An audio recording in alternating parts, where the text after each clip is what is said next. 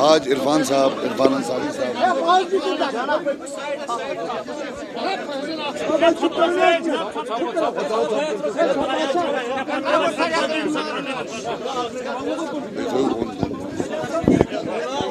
आज इरफान साहब ने फॉर्म भरा है अपना श्रीनगर पार्लियामेंट कॉन्स्टिट्यूंसी से, और बड़े खुशी की बात है। हमें इंशाल्लाह पूरी उम्मीद है कि इरफान साहब कामयाब होंगे। ये एक नौजवान एंटरप्राइजिंग यंग जनरेशन के, नई जनरेशन के, नई पीढ़ी के कैंडिडेट हमने कौम के सामने पेश किया है। मैं आपको बता दूं कि खुशी होती है कि आज की जो जनरेशन है, जो आज की प्रॉब्लम्स हैं, मुझे लगता है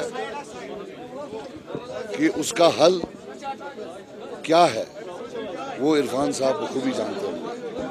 तो एज अ पार्टी हमें पूरा यकीन है इंशाल्लाह कि श्रीनगर में बदलाव आएगा। इरफान साहब इंशाल्लाह जीत के पार्लियामेंट में, जो ट्रेडिशन रही है पिछले 70 साल कि यहाँ जाकर ये वो ट्रेडिशन खत्म कर देंगे।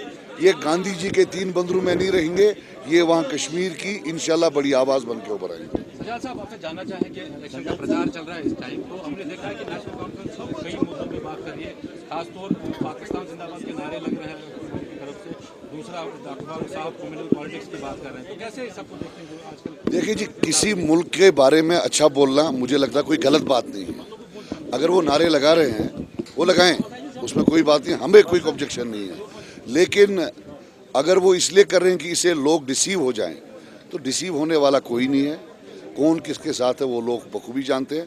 But let me make it clear कि किसी भी मुल्क के बारे में, कोई भी मुल्क, अगर आप मोहब्बत करते हो उसे, तो उसमें कोई गलत बात नहीं है। पॉलिटिकल रैलीज में नारे ऐसे लगाना क्या आप मानते हैं कि ठीक है? मैंने बोला कि जो वो हिंदुस्तान के खिलाफ ना दे, वो आइन के खिलाफ है।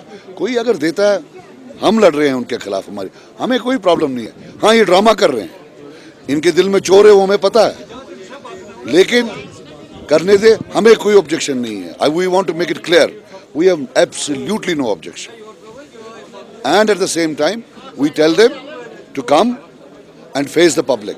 70 साल का हिसाब देना है, उसका हिसाब दें। That is the most important thing. देखो यार, friendly contest is a mockery of democracy. They have been friendly all along.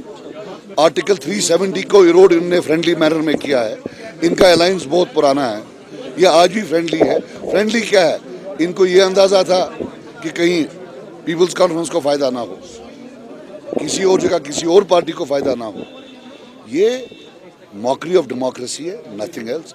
याद रहे 1975 में भी उन्हें फ्रेंडली अलायंस किया था, जिसमें ex prime minister of Jammu and Kashmir Sheikh Mohammad Abdullah ने हल्फ उठाया एज चीफ मिनिस्टर।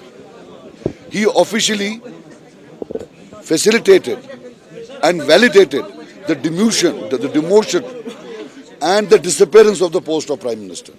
और उसके बाद जो इंदिरा शेख अकॉर्ड में जो इन्होंने सारे जितने भी इरोजन्स हुए थे दफा 370 में, वो सब वैलिडेट किए। तो ये उसके बारे में बात करें, क्योंकि ये अक्सर 370 के बारे में बात करते हैं। हम तो डिबेट चाहते हैं, ये डिबेट करें किसने कितना इरोड किया। We want a debate, we challenge them, ये हमारे सामने आए और डिबेट करें। अच्छा सजाद साहब, इंजीनियर रशीद का चुनावी मैदान में आना, क्या लगता है कि पीसी का वोट कटेगा? हमारा वोट रॉक सॉलिड होता है, कटता नहीं है। तो क्या आपका एजेंडा रहेगा? ये एक ऐलानी जंग है, एक यूथ जो ऐलान कर रहा है अब जंग का। नेशनल कॉन्फ्रेंस और जो पीछे जमातें आई हैं, जो इस्तेसाल उन्होंने लोगों के साथ किए हैं, ये उसके खिलाफ ऐलान जंग है। मैं एक अपील करता हूँ अपने भाइयों से, अपनी बहनों से, कि एक कॉमन इंटरेस्ट पे आप आइए और इलेक्शन लड़ें, वोट दें। ये हमारे लिए बहुत ही इम्पोर्टेंट है। फारूक साहब और उमर साहब ने प्रेस कॉन्फ्रेंस दी या एक बाइट दिया कि उमर साहब चीफ मिनिस्टर बनेंगे और फारूक साहब मेंबर पार्लियामेंट बनेंगे। अभी एक वोट कास्ट नहीं हुआ। ये तकब्बुर का उनका ये देख लीजिए कि उन्होंने डिसाइड कर लिया है कि जीतना किसने है और हारना किसने। जो ये पिछले 30 साल 40 साल से करते आ रहे हैं, ये फिर से वही दोहराया जा रहा है। फारूक साहब ने कल पेपर्स भरे यहाँ और उनका चार्टर प्लेन वेट करा था और उनने हिंदुस्तान की सैर करनी है। वो कश्मीरी अवाम को यही गुमराह कर रहे हैं कि आप फॉर ग्रांटेड ले चुके हैं। कोई फर्क नहीं पड़ता अगर फारूक साहब यहाँ हैं या हिंदुस्तान के किसी कोने में हैं, वोट तो हमने देना ही देना है। ये हमें जागना है, ये हमने एक जंग लड़नी है इंशाल्लाह। Thank you very much.